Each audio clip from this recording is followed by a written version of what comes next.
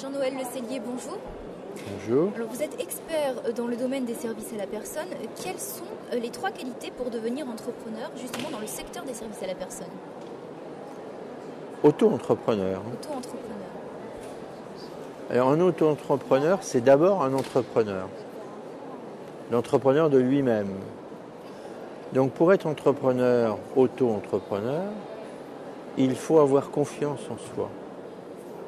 Première chose.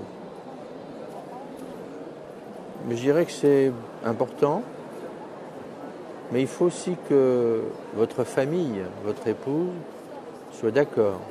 Parce qu'elle ne mesure vraiment probablement pas ce qu'il attend. Donc ce n'est pas une qualité, disons plutôt que c'est une circonstance dans l'entourage. L'argent n'est pas un aspect essentiel. Le point important, le plus important, je dirais presque le seul qui soit important, c'est d'être un professionnel. Un professionnel, c'est quelqu'un qui exerce un métier avec compétence. D'accord, vous pouvez nous en dire plus, justement? Je vais prendre un exemple, ou 2 exemples. Par exemple, le soutien scolaire.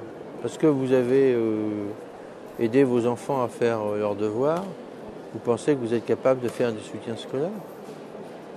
Mais faire du soutien scolaire à un enfant que vous ne connaissez pas, c'est tout à fait autre chose. Ça suppose de faire un diagnostic cognitif. Comment l'enfant apprend-il? C'est un visuel, c'est un auditif, c'est un kinesthésique. Comment apprend-il? Quelle est sa méthode d'apprentissage, d'acquisition des savoirs? Si vous ne savez pas, vous pouvez complètement vous planter dans la manière dont vous allez lui enseigner ou lui rappeler ce qu'il doit apprendre. Voilà un exemple. Alors en conclusion, quelles seraient les 3 qualités fondamentales pour pouvoir devenir auto-entrepreneur? Première qualité, être un professionnel de ce que l'on veut pratiquer. Deuxième qualité, être un professionnel de ce que l'on veut pratiquer. Troisième qualité, être un professionnel de ce que l'on veut pratiquer. C'est-à-dire qu'on soit auto-entrepreneur, entrepreneur tout court, salarié d'une association, le client, il exige la même compétence. Donc quand on est auto-entrepreneur, il faut être aussi compétent qu'une entreprise ou qu'une association. Jean-Noël Le Cellier, merci beaucoup. Je rappelle donc que vous êtes expert dans le domaine des services à la personne. Merci.